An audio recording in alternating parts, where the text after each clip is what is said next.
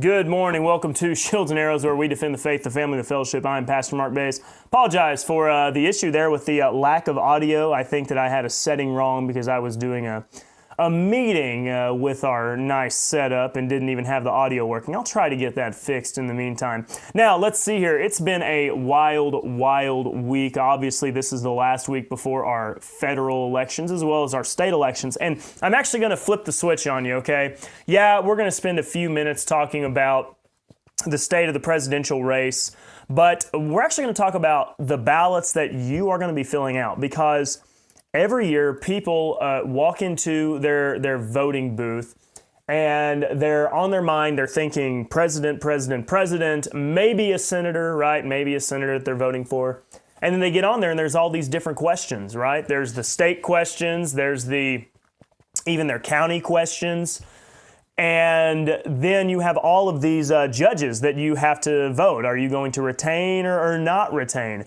You need to do your homework, and you need to do it now, okay? And I'm going to explain to you how you can do that and how you can be prepared when you walk into your voting booth and you cast your ballot. Because the truth is, if Trump gets elected, that's great, but then we'll have another presidential election in 4 years, and there's no guarantee who's going to win that one.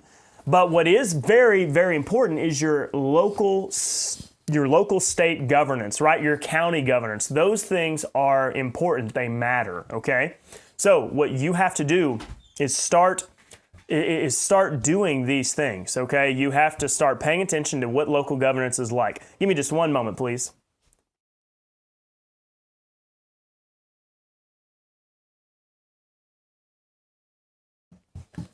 I apologize. I had my toddler run in and ask me a question. He was asking me what's going to be on the ballot. So we're going to be talking about what's going to be on the ballot. Thank you all for joining us today. But let's go ahead and spend a little bit of time talking about the federal election, because I know that's the fun thing. That's the exciting thing. That's what you want to talk about, right? So let's go ahead and discuss the state of the race. The title of the show, This Is Anybody's Race. You don't know who's going to win. I don't know who's going to win. Now, I say that with my head, okay, the stereotypical Baptist preacher, right, talks about head knowledge and heart knowledge.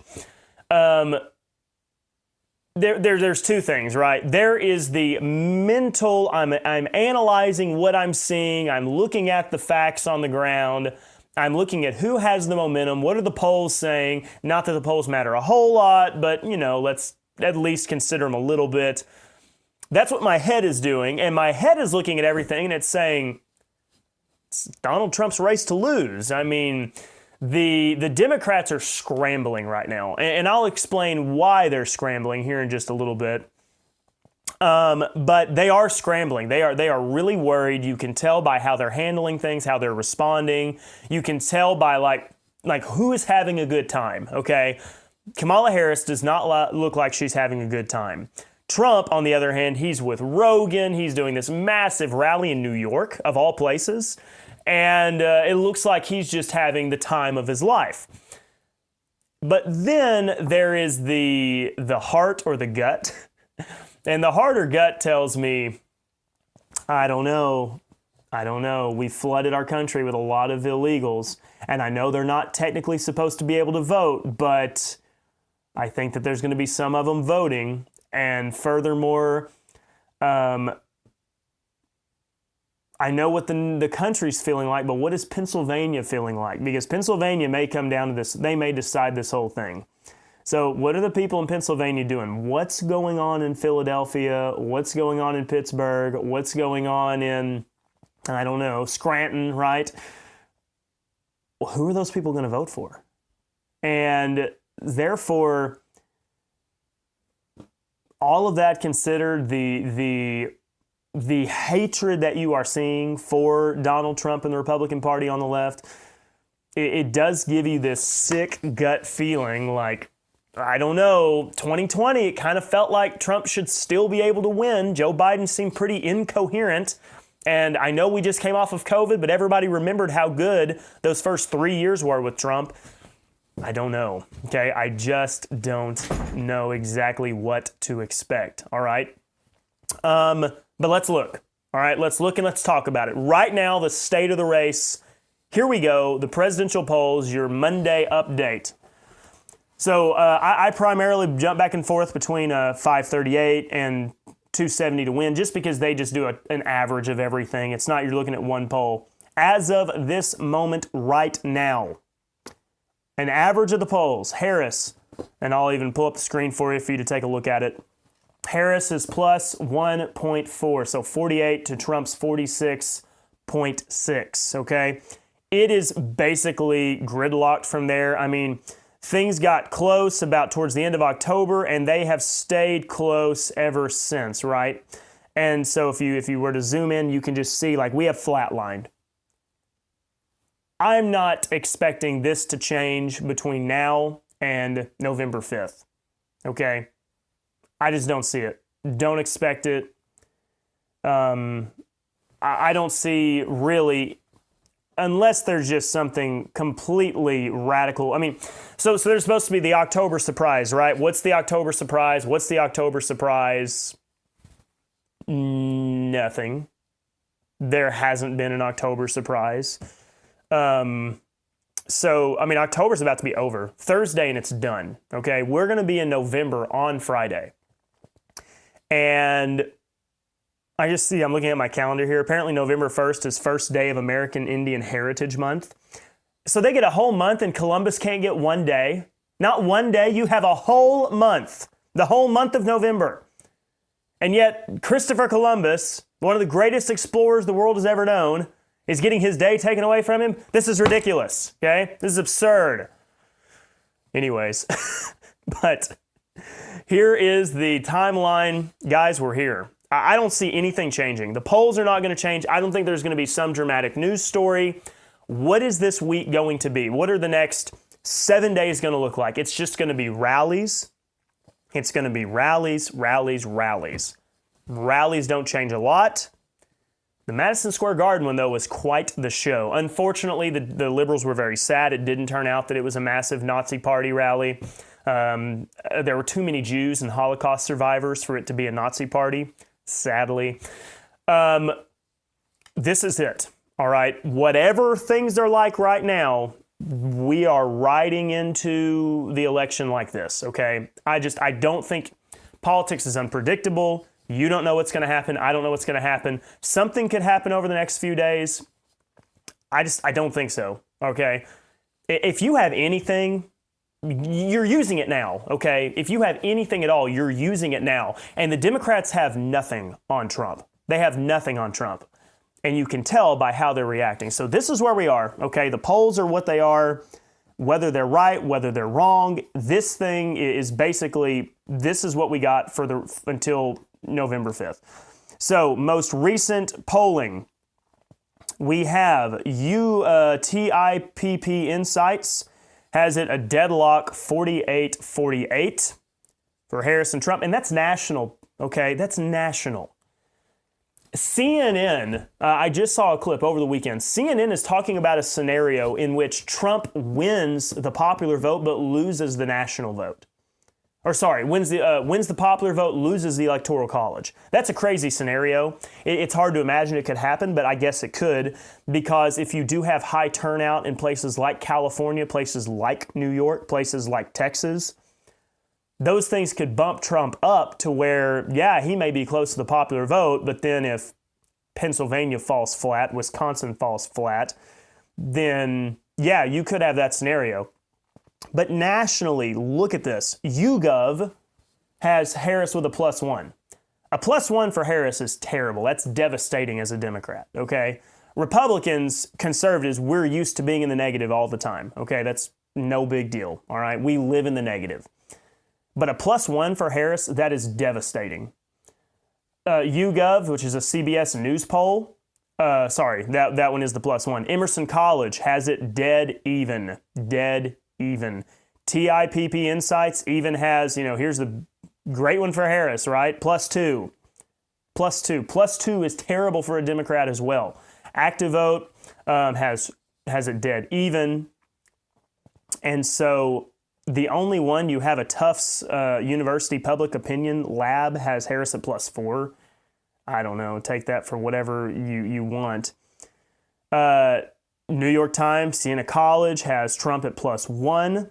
So that's what your Project 538 says. 270 to win is going to, I think it's about a 0.7 right now. Yep, so nationally the average for them. So they have it even being a tighter race than what Project 538 says based upon the polls they're using.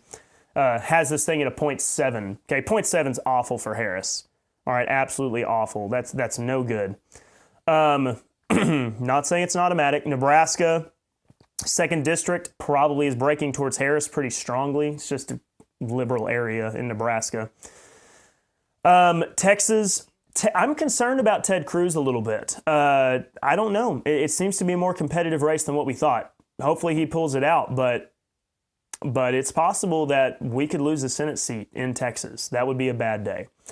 Wisconsin deadlocked, basically dead even. Harris 0.4. Arizona, Trump is plus 1.7. Georgia, Trump is plus 0.9. And then if you look at some of the others, Michigan, Harris plus 0.8. And then Nevada, Trump plus 0.3. So this is anybody's race. Pennsylvania plus 0.4. We don't know who's going to win. Once again, if you're just going off of history and gut, well, not even gut, I guess, history and head knowledge, truth be told, then you would have to think Trump has an excellent shot to win here. But we know all the things that go on, the shenanigans that unfold. We just don't know for certain. So yeah, see, I just saw where Myra said that Trump's going to be in Green Bay on Wednesday. Okay. Yeah, lots of rallies.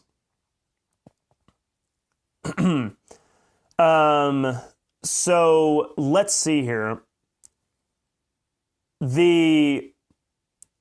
Trump did have a large Madison Square Garden rally, and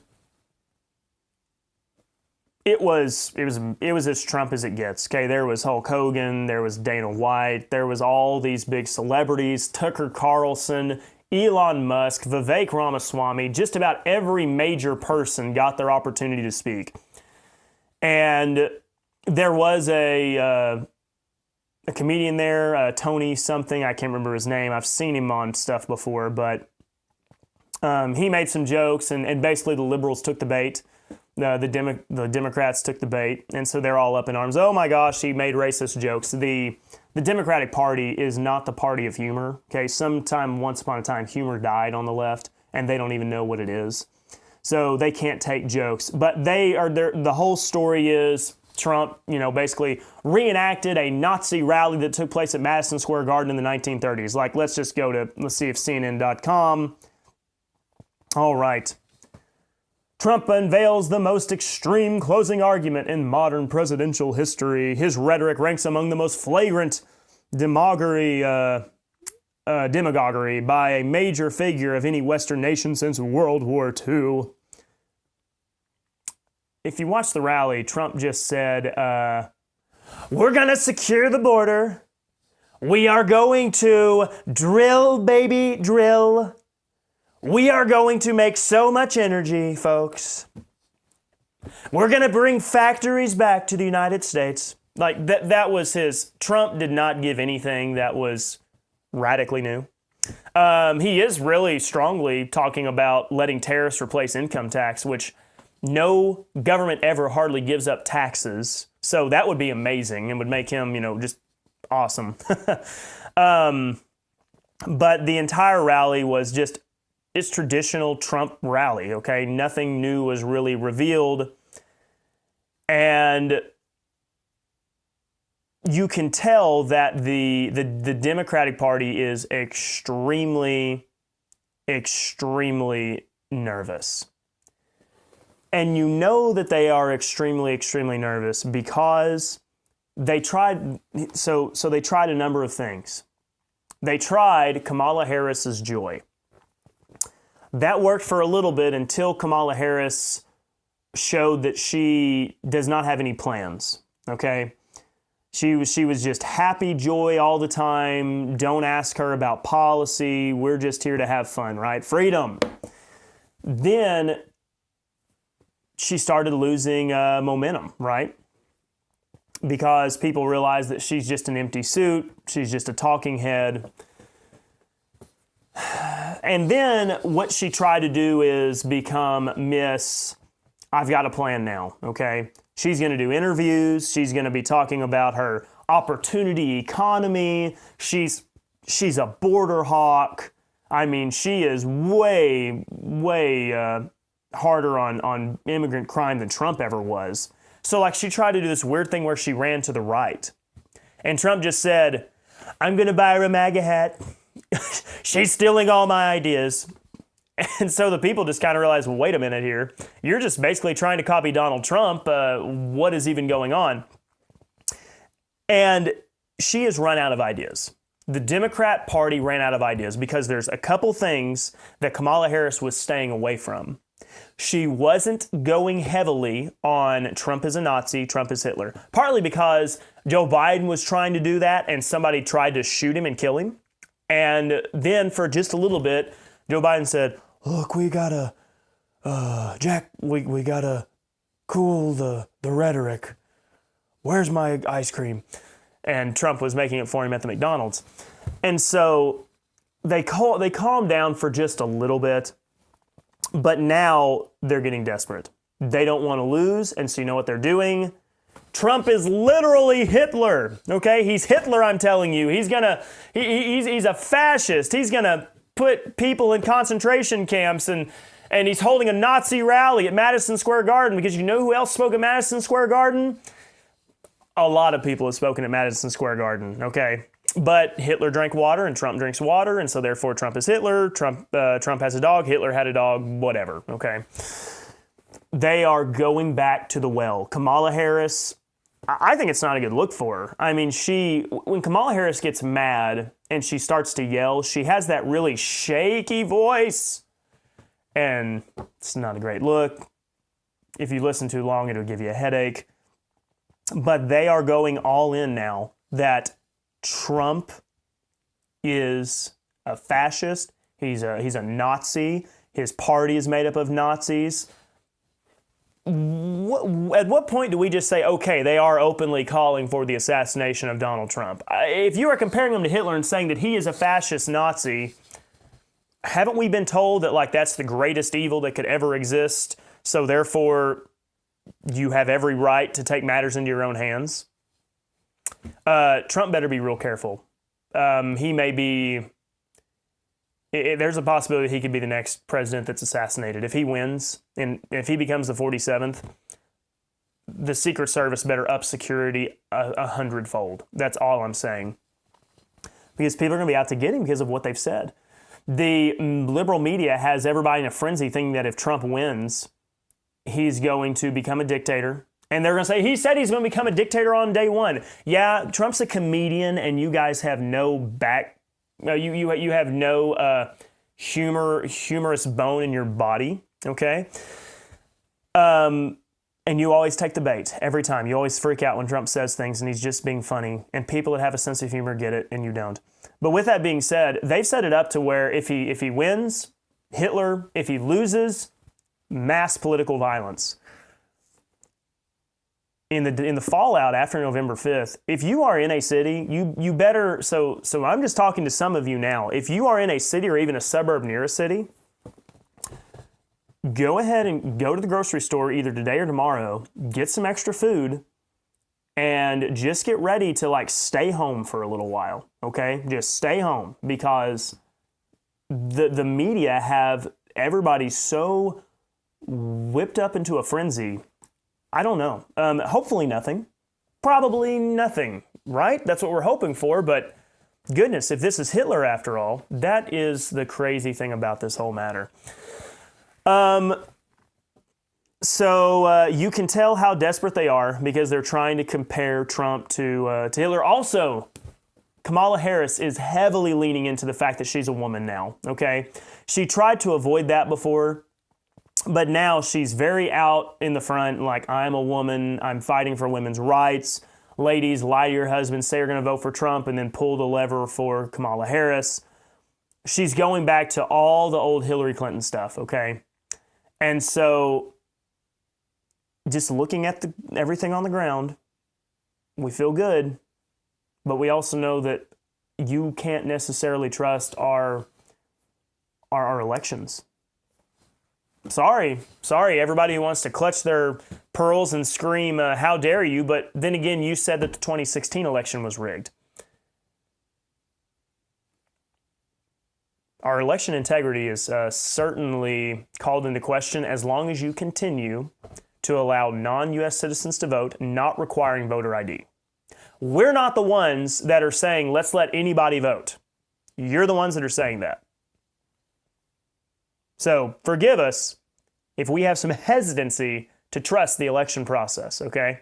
Forgive us, right? So now that is the situation nationally. Go vote. We don't have any idea who's going to win, okay? Trump could win in a landslide. I mean, he could win all the swing states except for Minnesota. I don't think Trump's going to win New York. That would be really nice, wouldn't it?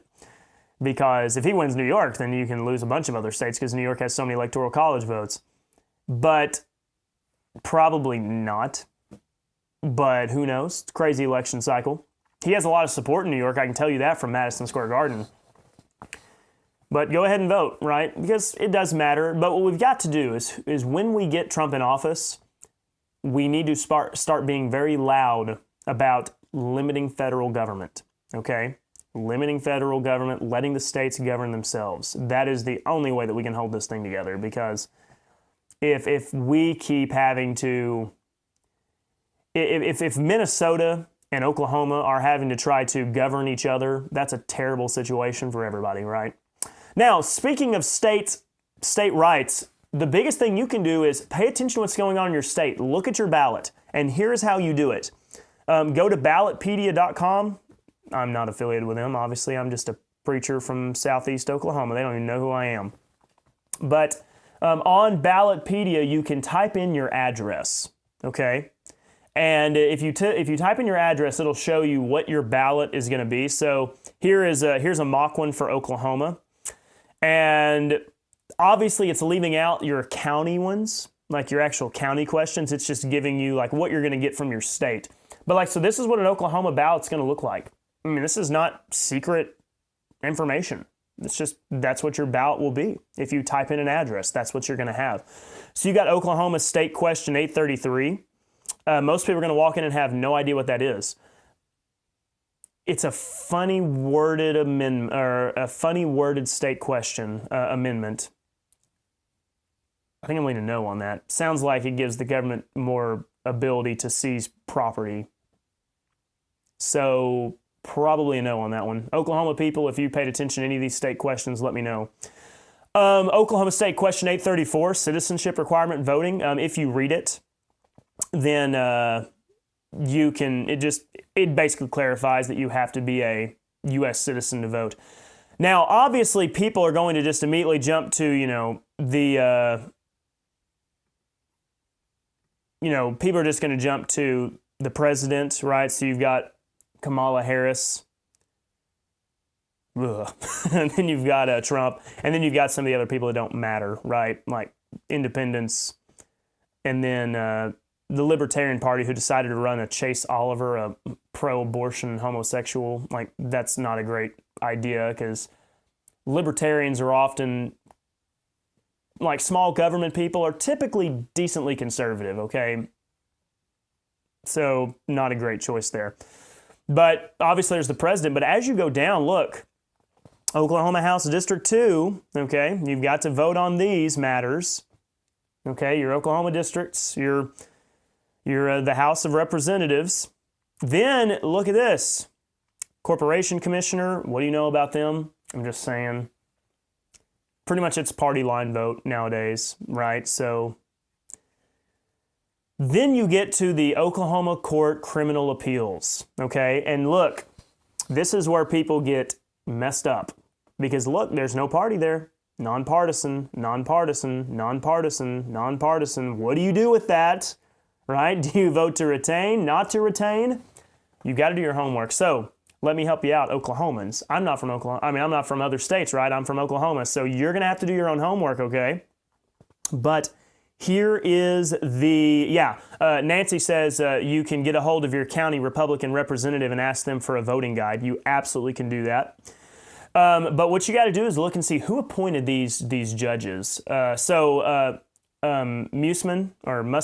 however you pronounce that name, judge on the ballot for Oklahoma, was appointed by conservative Governor Stitt. I'm not saying that Stitt's the greatest thing ever. He's made a lot of decisions that make you just think, wow, that's quite a decision. But better than a Democrat, right? Because I'm pretty honest and open here. My Mark Baze Ministries is not affiliated with, anything, okay? It's not affiliated with my church. It's separate matters, okay? I don't endorse my ministries. I joke about it sometimes, but when you're a church, you're hearing my sermons and my Bible studies. When you're here, the Daily Show and everything is separate. So I'm pretty honest about it, right? He was appointed by Governor Stitt. Keep him. Rowland. So if you look on this ballot, you've got Scott Rowland. Scott Rowland was also appointed by Governor Stitt. However, when you get further down, okay, like you got Lewis here. Lewis was a Democrat appointment. Okay, so being a Democrat appointment, just don't vote to retain because Democrats are going to Democrat. Then you got, then you get down to the Supreme Court picks. Oklahomans, listen to me. All three of these are a no. Do not retain. Do not retain. These are all Democrat appointments. They are not conservative. They're not conservative on gun rights, abortion, marriage, none of it. And it's sad because I do know that Choctaw Nation came out and endorsed them because they're for so-called tribal sovereignty. It's a tough matter, Oklahomans, okay? And I know that there's some Oklahomans that watch this show that are probably affiliated with the tribe. You're a card-holding member, an employee. It is what it is, okay? Tough world we live in. We got to be honest about it. So all three of those Supreme Court options, you need to vote not to retain. If you support traditional marriage, you are against abortion, and you want gun rights. Plain and simple, all right? My point in all that, not to just go through every single bit of this to tell you how to vote for Oklahoma, because not everybody does. What I am telling you is, have you even looked at your ballot? Have you looked at your ballot and know what's going to be on it? What questions, what judges? You've got to do these things. When I send my wife in to vote, you sexist, patriarchal Neanderthal, when my wife goes in to vote, people, okay? I'm going to make sure that she knows, because guess what? My wife is a mother, and my wife she's a doctor. She doesn't know who these different names are, so I'm going to talk to her about it. And she's a pretty traditional, biblical wife, and she's going to listen to me. And so you don't need to just worry about yourself, but worry about your spouse, okay? Or maybe even your kids. If your kids are old enough to vote, goodness, if your kid's 19 years old and in college, he or she probably doesn't have a clue. So talk to them about it, right? Give them the information they need. And so, my wife, I'll give her the background information that she needs to cast her vote. And so with that, pay attention, because the only way that we're going to be able to preserve the United States, it's an amazing thing to say, I guess, but the president's not going to be able to do it unless that president gives up power. Trump is going to do a better job than Kamala Harris, but if the president continues to operate as he does, then we're just going to continue to have the same problems. We do need to overhaul our government. The federal government's too big. It's too overreaching. A lot of these federal government agencies need to be shut down. And so we've got to give power back to the states. This is where we do it. You've got to start paying attention to who you're electing on the local level. It absolutely matters. Now, I will say, just because they're a Republican doesn't mean they're going to do a good job. We've seen time and again. Mitch McConnell the other day made some comments about Trump. Not helpful, Mitch, okay? No thanks. So just because they're a Republican doesn't mean they have your best interest in mind, but it's a start. And then let's start picking better candidates. And I know we need good people to run. And no, people, I'm not interested in running, okay? because who knows? They're gonna probably try to drag my name through the mud just like they do everybody else, and I don't want to deal with it. Let somebody else who's interested in tackling that crazy situation, okay? So what is on your local ballot? Go to ballot. I don't even care. You can stop watching the show right now. At the very least, type it into your phone. Go to ballotpedia.org, okay? Ballotpedia.org. Type in your address and get a picture of what your ballot's going to look like, okay? Get a picture of what it's going to look like before you even walk into the voting booth so you can see it. You need to do it. It's your duty, all right? As citizens of our states and our country, you have an obligation, okay? You need to do this thing. It's a right, but also it's a duty. So you need to be very careful in how you approach it. And the judges are tough because they're nonpartisan, right? Quote unquote nonpartisan. Look at who appointed them, who put them in office. And I know that the Democrat Party was not so crazy back in the day. You've got some judges that have been appointed, by Democrat governors from the 80s. But we've seen that Democrat parties shift. Once upon a time, Joe Biden was for traditional marriage. And look at him now. The winds change. Political powers, they shift. That's where we're at. So there's the state of affairs for the national race, and then a call to you to start looking at your local elections, okay? So, I'm looking at people that are in the list right now. Some of you are in Oklahoma, so hopefully I gave y'all some help there. But then some of you, I know that you're in some other states, and unfortunately, a lot of the people that I know, you're not exactly in conservative states. It's tough, right? Maybe you're even in liberal states, like we got Nancy in Colorado. That's tough. All right, Myra, you guys are not just. I don't know what your like smaller district is like, but your state overall, right? We don't know if it's going to go red or not. So yeah, it's a challenge for sure. And Nancy's campaigning. She's got the Trump flag out. I don't have a flag out because I live so far down a long driveway and a dirt road that the only people that would see it are the cows. But yeah, those are all great points. No one in government should be a lifer. Yeah, a career politician. I don't like it. Now, I am curious. We do have Ken Crawford. He's probably on the road. I don't know if he can talk, but Ken, what are you getting? Like, can you tell anything on the ground in Texas? Like, how close is this Senate race with Ted Cruz and Colin Allred, I think? How close is that race? Could Ted really lose this one, or what's going on there? Is the media just hyping it up? Let us know if you have any. What's your gut feeling? What are you seeing on the ground? What is it looking like over there in Texas? Now, with that, I do have to talk about this matter, and let's just see. I haven't even looked at some of the posts, but I'm curious if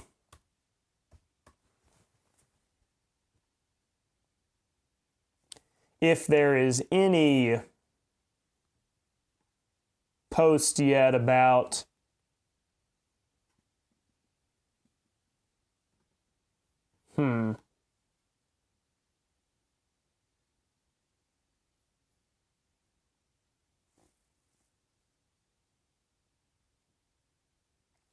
I'm trying to see if there's already some Christian posts on different websites that are speaking to the matter of Christians voting for Trump. Here's one close to Christianity Today. Christianity Today is just a liberal media outlet now. It really is. It's sad to see, but you got to call it for what it is. Voting is important to me. That's why this year I won't vote. Here, look at this. Look. See, there's the fancy mini screen. You can see me right there. A Christian political scientist considers what to do when no viable candidate aligns with our core values or even comes close. Let's think here, okay? Let's use our heads and think about this. The claim is, a Christian political scientist considers what to do when no viable candidate aligns with our core values or even comes close. I've got a beard now, so let me think here.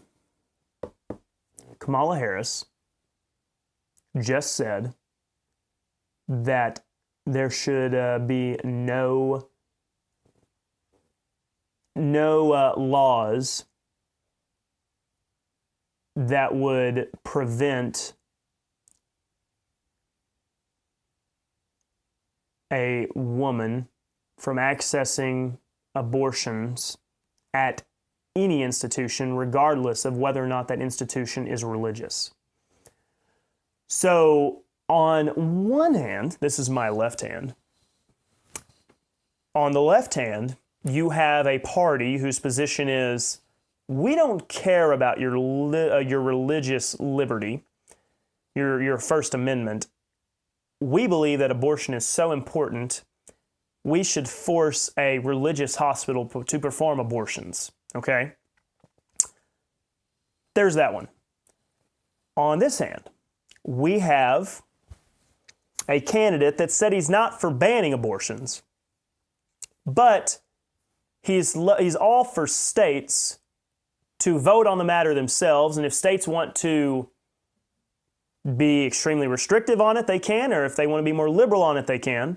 But he certainly has been against late-term abortions and post-birth abortions.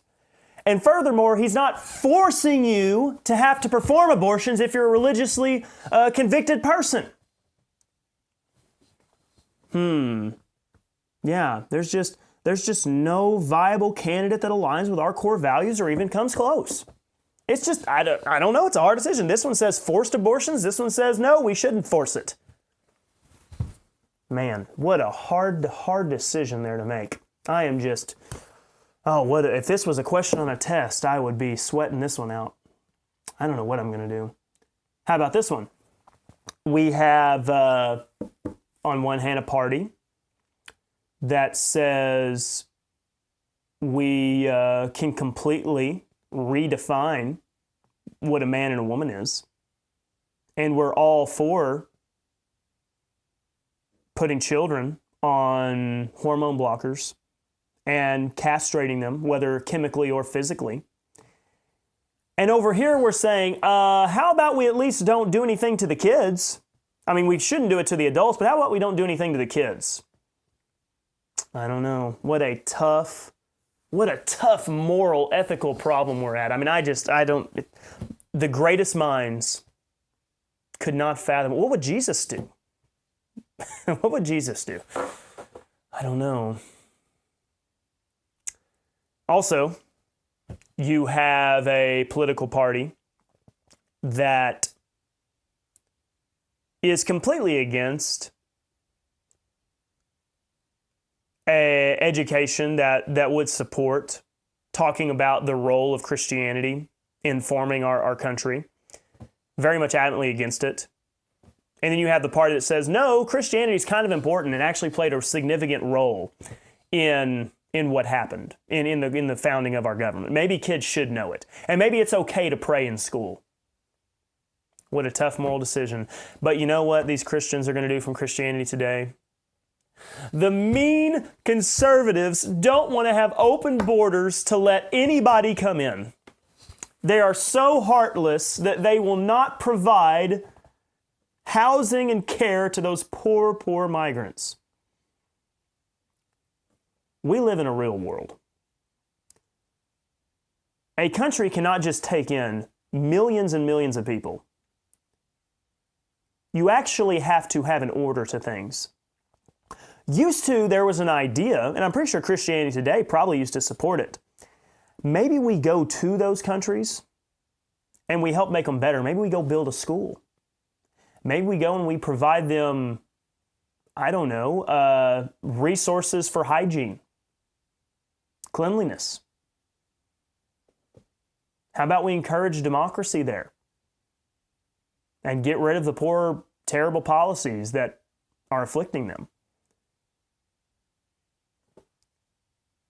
This is a joke. Christianity Today, you are a joke. Shame on you. The article says, vote biblically. At least here in Michigan, it's impossible to miss the signs. Among evangelical Christians, they seem ubiquitous as the ichthus fish bumper sticker. I'm sympathetic. All my life I've attended evangelical churches and called them home. I grew up with a message of God, country, and family.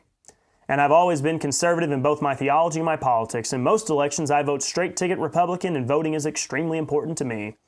It's precisely because voting is so important that I believe we need to thoughtfully evaluate calls to vote biblically and consider everything that can mean.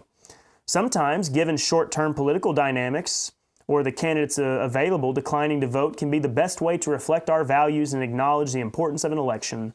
Sometimes the right choice and one way to conform our politics to Scripture may not be voting, as new research suggests millions of American Christians are planning this fall. That is true. There are a number of evangelicals that are looking at not voting. Here is what you're going to accomplish. You're going to allow Kamala Harris to win and put in place Supreme Court justices that are going to force Catholic hospitals to perform abortions. Great job, Christianity. Great job. You like to lose, don't you? But what a tough moral decision. Get off the righteous high horse that you like to ride on, okay? It's not worth anything. Okay, that horse is no good. Probably not even worth making glue out of. Get off of the horse and realize that we live in a real world, and your decisions have real world consequences. And you choosing to sit this out is going to have consequences. And you not voting for Trump because you feel like it's going to make you feel better at night is a selfish thing to do. Am I happy with everything the man says and does? No. Did everything that happened at the Madison Square Garden rally, was it good, wholesome family entertainment? No. But you know what? I don't get to pick the world I live in, but I do get to pick my choices. Well, there's a limited amount of choices, and I get to pick which one I want out of those choices. And one party is not going to force abortions on us. One party is actually going to try to secure our border, and one party is not going to try to put my kid on puberty blockers and come take my child away if I don't give that child the education that they want. Very easy decision. Very easy choice. Give me a break. All right, let's look and see some of your comments here today as we are at the 43-minute mark. This is Catch Up Monday, right? As we are saying hi to everybody, and I'll take some of your questions if you have questions. Normally we save our theology questions for later, but if you do have a theology question, I may sneak it in today. But let's see what we've got going on here.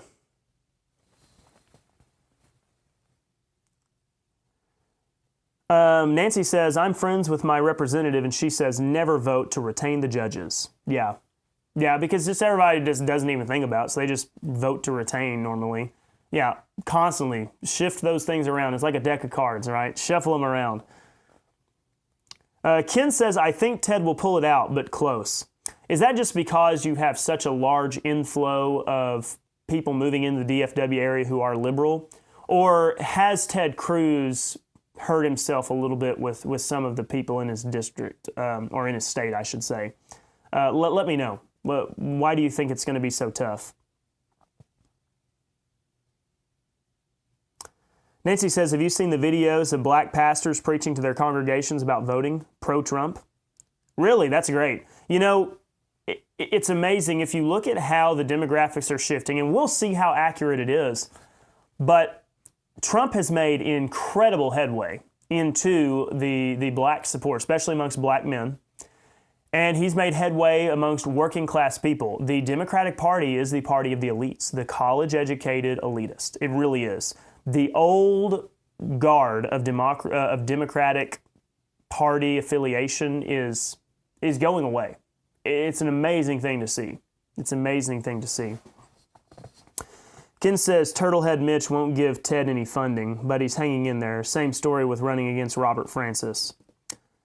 Well, there's an old guard in the Republican Party that needs to be pulled as well. I'll remind you, the old guard Republican Party probably would have tried to run, Mitt Romney again or something.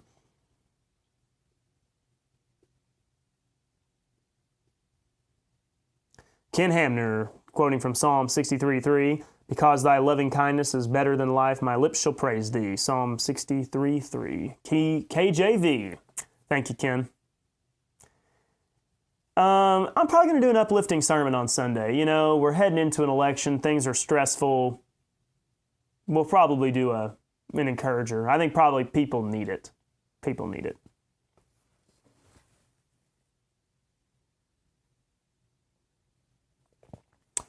I am working on getting some more sermons uploaded for you. It's just going to take a little bit of time as I'm working on everything. So be patient with me. Glad to see our internet's holding up. I don't know what the deal is. It's consistently inconsistent. I think sometimes Starlink handles it and sometimes it doesn't. But I am working on getting Starlink at the church, and hopefully it'll work, and I'll start being able to live stream the services, and you'll be able to get all that accessed much quicker. I'm looking forward to that. So, does anybody have a gut feeling? Any predictions? What do you think is going to happen? All right, what do you think is going to happen on Tuesday of next week? Are we going to... Of course, we probably won't know. They've already said we're not going to know. We're going to have to figure out how many votes Kamala Harris needs to win Pennsylvania and a few counties in Georgia or whatever. But what do you think? Do you think cruising into, let's say, Wednesday afternoon, okay? Wednesday afternoon. Are we going to be looking at 4 more years of Kamala Harris? Whew, one shudders at the thought. Or are we about to go back to the unbelievably wild and entertaining life that is a Donald Trump presidency, where we will wake up every morning to a new mean tweet or X post or whatever, and then we will laugh about it, and the liberal media will go crazy. I'm just telling you, okay? You'll notice that Antifa has not been around for a while. You will see them again. Antifa will return if Trump wins. Guaranteed. It's just given. It's a matter of fact. The world is going to get interesting, okay, especially if Trump wins, because people are going to be mad. Nancy said the link is the video. The link is the video.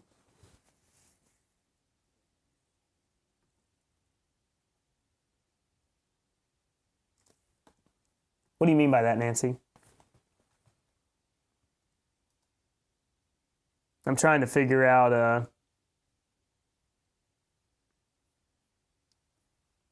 what that means. Maybe the link to the black pastors talking about supporting Trump.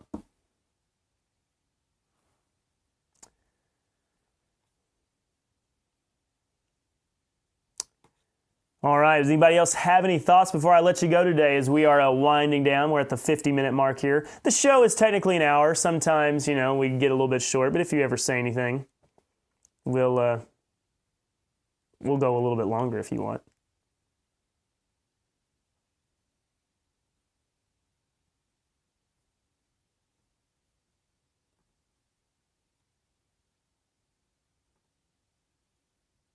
Okay, so you provided a link for us.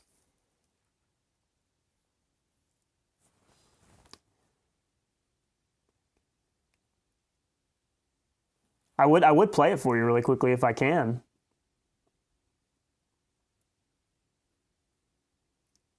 Did you text it to me? Let me check and see. You may have sent me a text message. Me and Nancy text sometimes. Okay, you may have sent me an email then.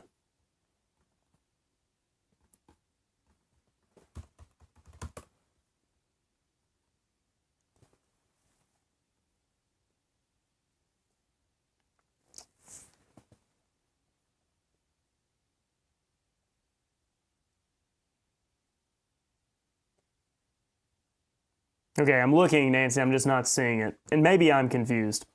Let's see here. Let's just try to look on YouTube.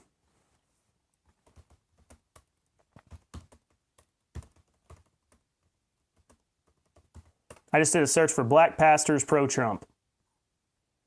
Is it like a 1 minute long video? I found this on the web for search for Black Panther pro-Trump. Check it out. I wasn't talking to you, Siri.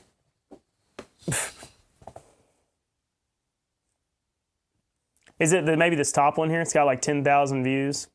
This one, maybe?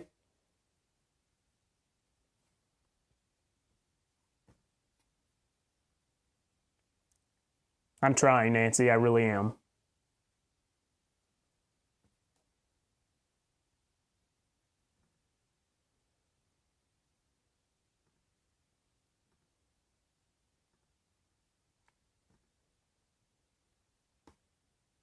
No, 6 minutes.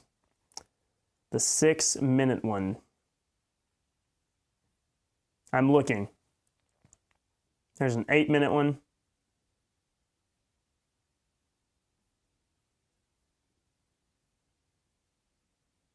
If I find it, I'll play it tomorrow, okay? I'll make you a deal. I'll play it tomorrow if I can find it.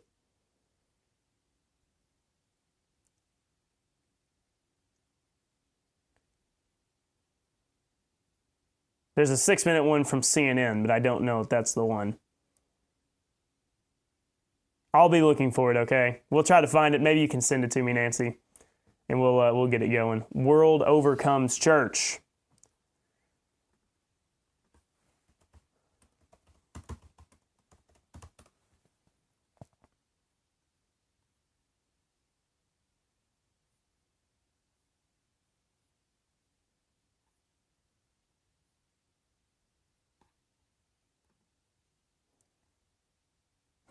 Interesting.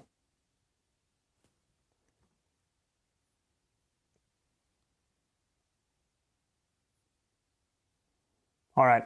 Well, I think that y'all are just looking at me trying to find this video. If I find it, I'll be sure to play it for you guys maybe tomorrow, okay? With that, I think that about wraps everything up. We're going to be keeping track of the election. We'll see. We may still do the live stream on Tuesday night of the election. Just depends on what all we have going on.